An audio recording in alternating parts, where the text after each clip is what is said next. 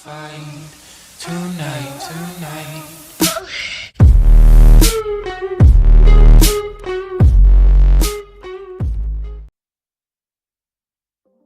What's going on, everybody? Jade up here. Today's video is going to be about the build that I use for frostvault and depths of malatar. It will be a somewhat short video. I was gonna put the some clips in there of this video but I literally just uploaded those two videos of depths of malatar and frostvault, so you can easily check those out and you'll be able to see what I'm talking about. Plus, it'll help me out if you check those videos out as well. So without further ado, we're going to jump right into it. What we'll do is we'll check out the new racial passes, or why I changed to Nord instead of Argonian now, and we'll kind of get into that a little bit. And then we'll go into the equipment, we'll go into skills, and then that'll be pretty much it. So with the Nord passives, the racial changes increase. These two don't really matter. This one doesn't really matter, so whatever. But this one right here, resistance to frost, increase your max health by 1,000 and cold resistance by 2310, which is actually kind of nice. Gain immunity to chill status effects. Yeah, whatever. Increase your max stand by 1,500.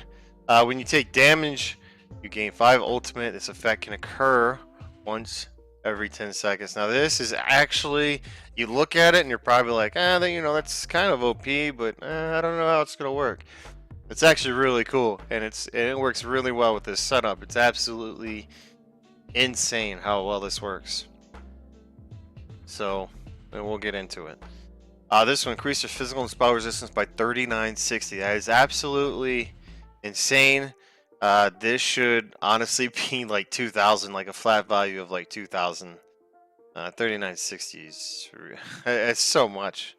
But I mean, you can actually run medium armor now and be fine, way better off than what you could be before. So that's actually kind of nice.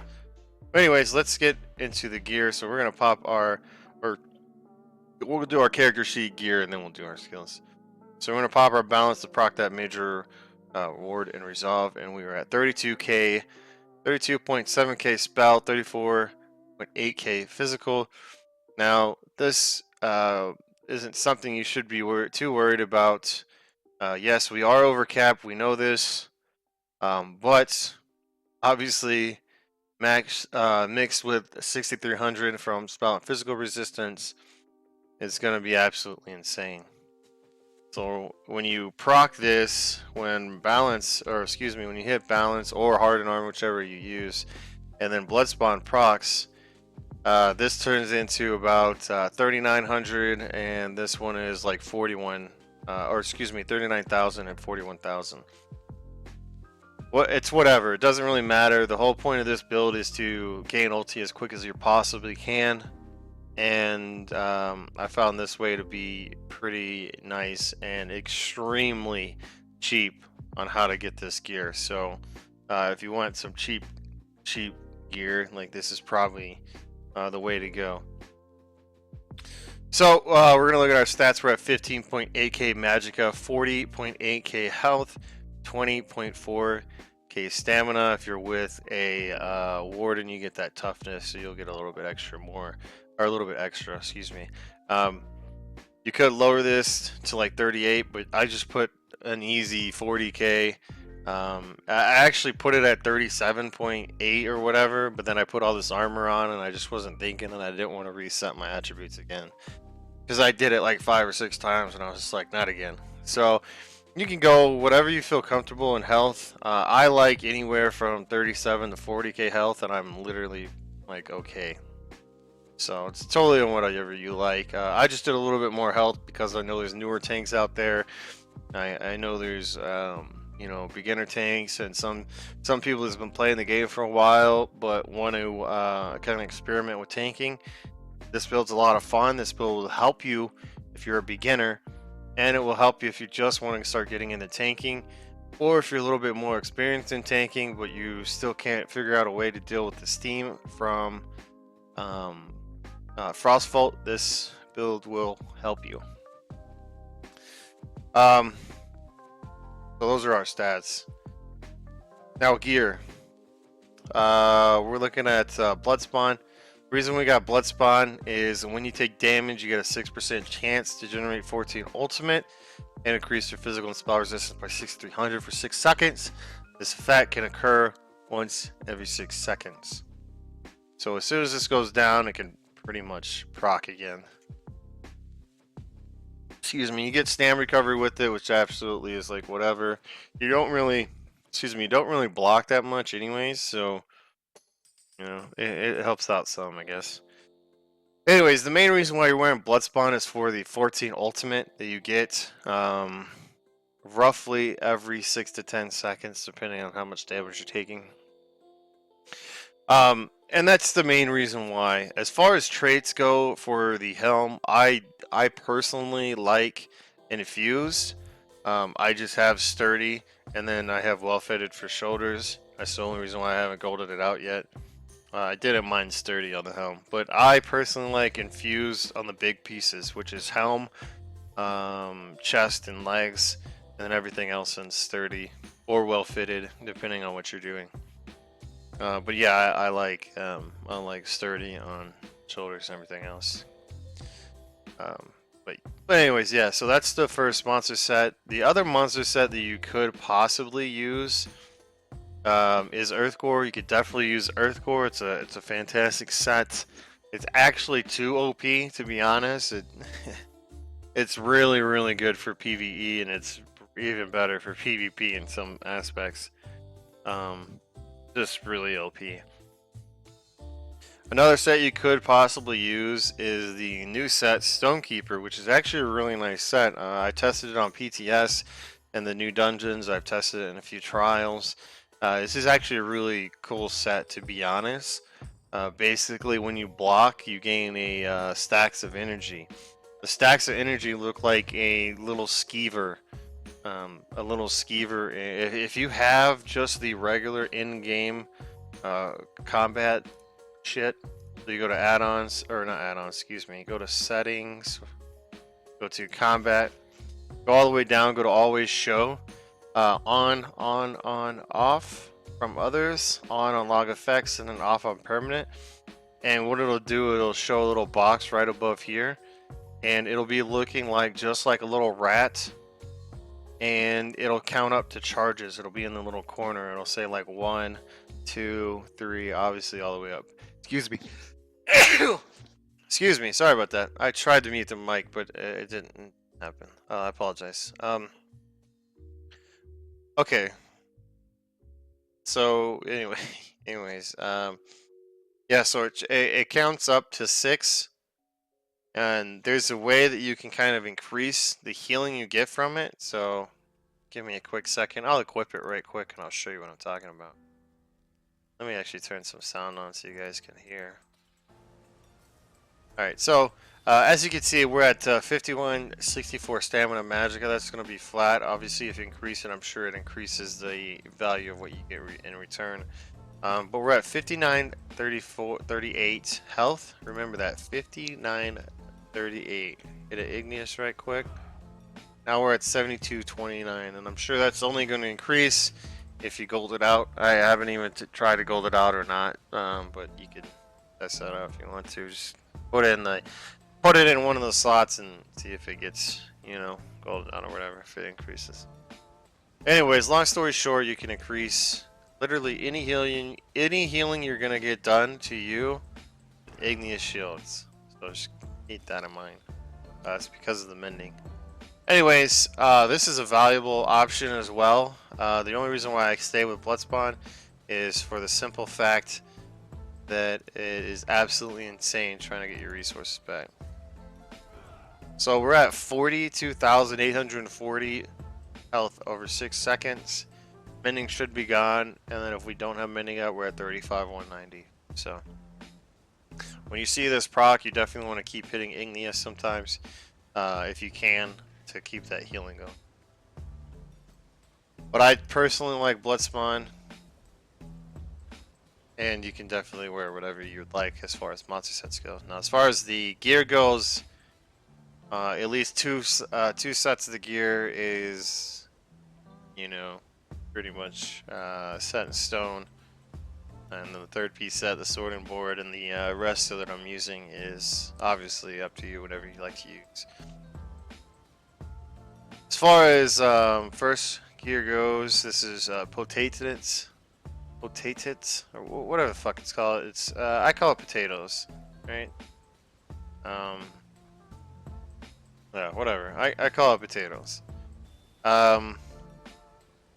Basically what it does gives you a little bit of stamina recovery, and then it reduces your cost of your ultimate abilities by 10%. Fantastic. All right. Now I've been using this setup for a very, very long time, and I'm just now starting to do videos on it because I keep getting a lot of questions. I'm like, hey, what are you running? How are you running? How are you doing this without a healer? We had trouble with the healer, and this is kind of how we got it. Our second set, oh, and as far as traits go, I just keep them healthy. I don't really run this set a crap ton, but I do run it from time to time, so it is kind of nice just to kind of put this on and get a crap ton of health. Well, I don't have food on, I'll just take some. But it's kind of nice to kind of have a crap ton of health when you have these in healthy. You could put them in Triune. Triune basically has like health, magic, and stam, so you'll get more of a more resources here, but you'll lose out on health a little bit. You could also go I mean robust. You could do all robust, and then, you know, whatever. I mean, it's totally up to you. It doesn't even matter. I just keep mine healthy. I don't gold these out, mainly because you don't get anything for golding this stuff out. It doesn't really help you out any. The only thing it really does do is increase your healthy, increases your maximum health from 924 to whatever, and then it adds a little bit more mag recovery. Well, you have to enchant that. It gives you a little bit of more stam recovery, but it does not increase the ultimate, reduce the cost of your ultimate. So. Alright, there's that. My second set is Dragon. You probably guessed it. You could actually gold this out. I had a bunch of tri-stack glyphs and I just put them on here, and I should have put it on here first. But I thought I had enough and I just never went back and bought it anymore. But anyways, Dragon. If you gold this out, you'll get more mag recovery, a little bit more healing taken, I believe, and a little bit more max health. But it will not increase or reduce of your cost of your ultimate by 50%. It won't increase that. It also will increase your sturdy as well. So you have sturdy or infused. What's that? But yes, these two do stack. So 15 plus 10, 25, 25% reduction in ulti. It's absolutely insane. Our second set, which I've been trying out, was Hispark, and this was right before the passive changes. I was running Hispark because we were losing out on that physical damage. We already had built in spell resistance, so our spell resistance were already just above it. So when we proc that, we'd be at 32 regardless. And then now we have that little bit extra physical resistance, which when we take this off, obviously it'll lower it to like 32 or 31 or whatever it would be. What I am going to try today on stream, if you end up watching this video today, it is February 28, 2019, 2:30 p.m. Central Time. I'll be streaming in about an hour. Hour and a half or so. Whenever this uploads, I'll be streaming. Yeah, I'm gonna try Seducer on this. Seducer's gonna give you, I believe, 124 magic recovery. I think it's that much, so this will probably pump this up to maybe 1300 or something like that. Maybe 1300 mag recovery, which would actually be kind of cool. I mean, you can kind of put this whatever you would like as far as like crafting or even set pieces if you wanted to. If you wanted more mag recovery, if you wanted, I actually don't even think there's a healing taken, a 2-piece set out there. There might be, but I mean, you can literally run whatever you would like. As far as traits go on this, I do like sturdy on my shield, and then I like decisive on my weapons. Now, I have been testing out a lot with these enchants. I've been doing some pretty crazy stuff. I've been sitting there holding block the entire time and trying to figure out a way, because I know a lot of new tanks and a lot of new players, a lot of experienced players that are just now starting tanking, and even some experienced players go into a lot of these new dungeons and literally just sit there and hold block until they can figure out the mechanics. So that's why this setup is really strong, because you can pretty much hold block the entire time and not have to worry about anything at all. You can just sit there and pop an ulti when you run, if you run low on magicka or something like that, because then it'll restore your stamps some more as well. It's pretty insane. Decisive on both bars is really good. I mean, you got an 18% chance to gain at least one ultimate as you're gaining ultimate. Like, it's and you're gaining ultimate like all the time, as long as you have you know, a rogue slash, and your shield's going. I mean, that's a few ultimate. When you get this proc, is you get 14 ultimate, it can proc. Now, what you can do is you can also run werewolf-eyed on jewelry and sword on board resto, or whatever you want to run, and that would help out with decisive as well. You can also run champion of the hist and take off heroic slash if you wanted to, or whatever. It's totally up to you. Champion of the hist. Let's see if I have a set and I'll show you what that's chimp. Here's champion of the hist. Basically, you gain minor heroism at all times, and if you have a decisive trait on your thing, a 20% chance when you're gaining ultimate. You're gaining ultimate every time you're in combat. Every 1.5 seconds, you're gonna gain an ultimate. It doesn't even matter. Like, you're gonna gain an ultimate. And with that decisive trait, it's insane. Gold that out, 20% chance to get an to gain an additional ultimate. This is absolutely insane to run with this. The only issue with that is when you run heroic slash, you don't gain that, but no, it's kind of whatever you would like to run on jewelry. That's why there's a few different things you can run. Let's see if I'll type in werewolf-eyed so you guys can see what werewolf-eyed does. Here's werewolf-eyed. When you take damage, you generate 5 ultimate. This effect can occur once every 5 seconds. That's also insane. And you can do sword and board and jewelry. I would definitely do sword and board and jewelry. This is a medium set. You can buy this as well. So, I mean, that's also another viable option as well. So you have some choices, but this build right here is the absolute cheapest you can do. Dragon's gonna be a little bit expensive. Blood spawn is on you. Potatoes is literally, like, I think the rings are anywhere from 500 gold to 5k gold a piece, and the necklace is about 5k. This right here is all crafted. So the only thing you really have to pay for is dragon, or you can go farming in East March. Potatoes is in a coffer in PvP, so you can use AP to get that, or you can just buy it from the guild traders. It's up to you. And then this set right here, you just craft it. I am going to be trying Seducer today. I'm pretty excited about that. I think it's going to be absolutely insane with the mag recovery we already have and the amount of mag we have. It's just insane how well this works. Skills, pretty straightforward, simple for the most part. We got Pierce Armor, your physical melee taunt.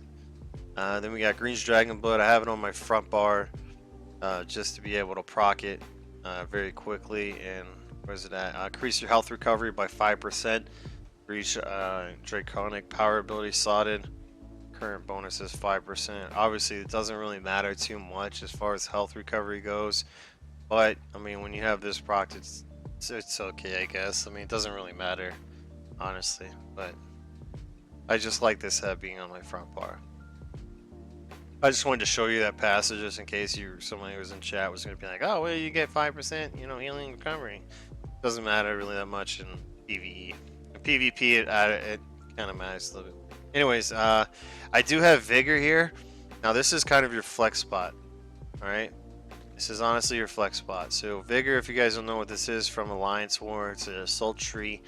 You use this morph, and it's going to heal you for more. Now, another skill you can use is a invigorating drain. What you do is you use this ability, and it channels for 3 seconds. As you're channeling, you're going to gain 5 ultimate every 1 second for 3 seconds. Now that is absolutely insane with this build. It is absolutely insane. You could also use this. The only thing is be careful in using this, because if you try and use this on one of these big ads in the new dungeon, you get uppercutted. You could potentially die from it. So and you can block, or you can use this channel attack and then hit block, and it'll cancel it out. You should be able to dodge roll it too. But it is absolutely killer skill. Not a lot of people use it. Some people use it in PvP. I've used it a few times in PvE to get Woolhorn back quicker and stuff like that. Well, yeah, it's pretty crazy. Pretty crazy skill. As far as like other skills you could probably put here, I don't really. I mean, you could probably put this meditate on your front bar just to kind of get that damage shield that you get from here. Just right here, while slotted, and you're blocking, you get a 5,000 damage shield, and as long as you don't block for 10 seconds, you pretty much get it. I mean, you could use that if you wish. You could throw on orbs. There's not really too many things that you can add here that would really help out, like a crap ton. You guess you could put on an Absorb Magicka to help the 8% more blocking. If you want to kind of help out a little bit more with damage, and you have mad characters throwing Engulfing Flames. You could probably even put on the morph of this, just Cauterize, which does like a pretty decent heal. It's an okay heal for people around you. Now this is a random heal. It does go to kind of a random person that is in range. It's a 28-meter radius, so it's absolutely huge. It's about the same radius as orbs. How long orbs go. So if you want to test that, just throw an orb and see how far it goes. Pretty crazy. It's not really too much else you can kind of do. I mean, I guess you could throw on igneous weapons if you wanted to, but this is a setup I normally use. If I feel like I'm not getting ulti back quick enough, I'll just throw on a Invigorating Drain and be good to go. Igneous shields, mainly for the mending on that. The damage shield on it isn't. It's okay. But the biggest thing is Mountain's Blessing. If you're in combat, you also generate 3 ultimate. This effect can occur once every 6 seconds. So when you pop Igneous Shields, you're gonna give your team minor brutality if they're stammed, so that's kind of cool. And then you're also gonna generate 3 ultimate, every 6 seconds. So once every 6 seconds you pop Igneous, boom, you're gonna get 3 ultimate. It's really nice. Heroic Slash, this is for the minor maim and the minor heroism. Really nice. Every 1.5 seconds for 9 seconds, you're going to generate 1 ultimate. So you got a lot of ulti gen coming in. And that's why I said like Werewolf Eye is also a good choice in here as well. Just make sure you go decisive on your weapons. Again, I can't remember if I said that or not, but make sure you go decisive to kind of help out with the ulti region. We do have the spell wall here. The reason I do have spell wall here instead of the other one is because the other morph, basically what it does is, if I remember right, it negates all of these abilities so they don't cost anything. You could do that. I think it's a poor choice in ulti picks. And the reason why is this one blocks all your spell projectiles. And it's super nice to block all those. Like, it's really nice. So if you're dealing with a bunch of uh, magic characters or whatever, just shooting projectiles at you, that's just gonna negate them right back to the enemy. So you're literally gonna take no damage from there. But what you will take damage from is melee attacks. So keep that in mind. But when you put this on and then you immediately get a res, I'm talking like push R or LB RB or L1 R1, I believe. When you push those two, immediately hit that, that start button, or start holding that start button or whatever it is on PS4, and start getting that res, because this only lasts 7 seconds, and by the time that you start getting that res, it's gonna be done by the time that you get that res. Back bar, inner fire, or excuse me, inner rage, magicka. More. Finally put that on here because sometimes you can synergize it, and with the champion point, if you synergize an ability, you can get some ulti. Now it's bugged. You're not supposed to be able to synergize your own inner fire, but sometimes it does happen. So it's whatever. Take it as you want it. It actually might be fixed on this because I haven't been able to synergize it in a while at all this patch. So we'll see. Balance. This is what I use. Sacrifice health to get a crap ton of magicka back, and plus this also procs major resolve and ward for 27.6 seconds. This lasts way longer than the and I think it's 20 seconds here when you morph it. I can't remember. I haven't used spiked armor or hardened armor in a long time. I use this morph of meditation. Is a really good. It's a really good one. You can use either one you want. The only reason I use this one, and I'm actually still testing it out, is to see if it's really worth using this one over the other one. Basically, what you could do if you wanted to is put this on your front bar, and if you need and put it to the other morph, the one that gives you more resources back quicker. Pop shield ulti and immediately pop this, and I guarantee you get your resources back a crap ton faster. But I have been experimenting with this one a little bit more, and I just now started putting this on my back bar. And the reason why is I don't have combat prayer leveled up. That is a good alternative as well, since we usually do run 3 healers. Which you get minor resolve and minor ward, which is actually kind of nice with it, but yeah. Talons, I pretty much use this. I usually never really take this off my bar, and if I do take it off my bar, I usually have either this on, I have wings on, or I have deep breath on. Just kind of depends on the situation. Excuse me, kind of depends on the situation. But more than enough, I will always probably keep talons on. If I can deal with it, I'll put either overflowing altar on, or I'll put on orbs. Just depends on what the group needs as far as like 4-man stuff. And then of course chains, unrelenting. The only morph you really need for chains, and PvE. Mainly because if you pull an ad and you can't pull them again, you're gonna get that refund of the magicka cost that you use to use chains. So it's super nice. And then your bread and butter right here for the entire build is Light's Champion. Release the energy of your staff to swirl around you, healing you or a nearby ally for 49.96 health every 1 second for 5 seconds. Any friendly target you heal gains major force and major protection for 5 seconds, increasing the critical damage by 15% and reducing their damage taken by 30%. It's a really nice ulti to use on yourself and allies. Now, when I'm sitting here and a lot of these dungeons and stuff like that, some boss fights, I do pop this. Basically, you hit it for yourself for some of the harder boss fights. But throughout the trash pulls, you just smack this, and it'll go to one of the DPS most of the time, and they'll gain that major force and protection. It's super nice.